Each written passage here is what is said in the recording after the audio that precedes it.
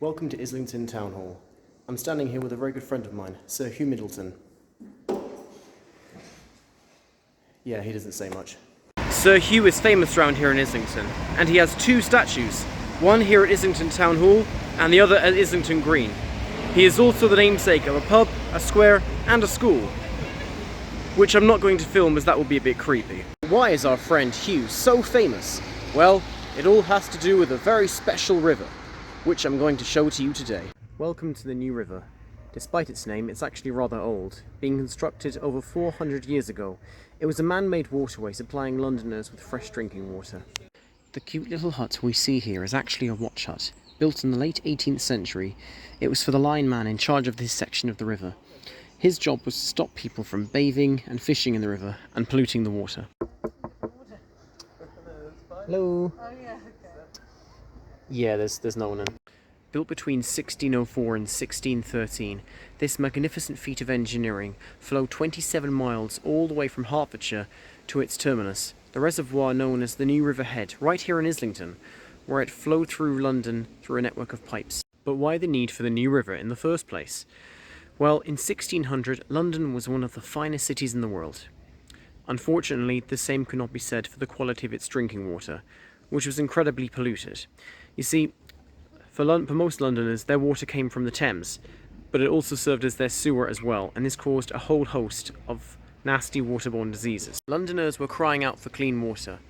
Luckily, their prayers were answered by Edmund Colehurst, who proposed an ambitious engineering project, whereby water would be transported 27 miles all the way from Hertfordshire to London via a 6-foot wide canal. He was granted a royal charter in 1604 and began surveying a route.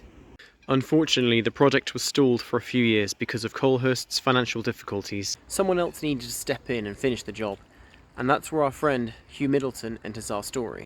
Middleton was a wealthy Welsh businessman with investments in mining, goldsmithing and banking. He took over the project, and work resumed on the 20th of February 1608. Hugh Middleton had his own fair share of problems, as Edmund Colehurst's plans had been destroyed in a fire. To make matters worse, landlords objected to the course of the New River. They feared that flooding would damage their property and reduce the value of their farmland. King James I came to the rescue, investing £6,000 into the New River Company in exchange for 50% of the shares. Not only that, but he actually gave permission for the New River to be built through his palace grounds at Theobald's. With this royal endorsement, the New River could continue, unopposed by the landlords, none of whom would dare defy the king.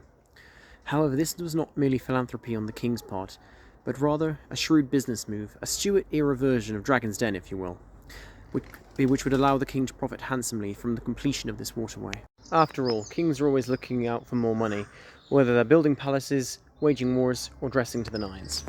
Now, if you're a labourer back in the day, this is the project you want to be working on, because you got really well paid. Workers on this project could earn as much as 1 shilling 5 pence a day, whereas workers on average would earn about 8 pence a day. The New River was completed in 1613, with a grand opening held on the 29th of September. It was a very prestigious event, attended by many dignitaries, including the Lord Mayor. The New River Company opened its artificial waterway in 1613, and within 5 years it was supplying water to over 1,000 houses. However, the New River was a private enterprise, and as such the very poor could not afford access to this private supply.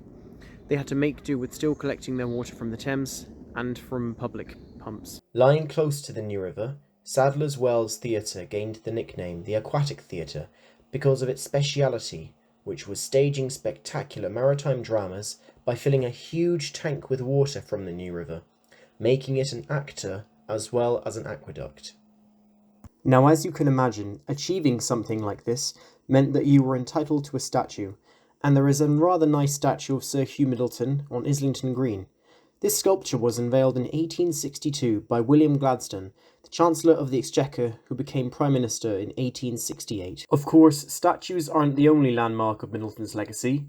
Lying close to the New River is the Middleton Arms, which, much like its namesake, is also quenching the thirst of Londoners, although with something a little bit stronger than water.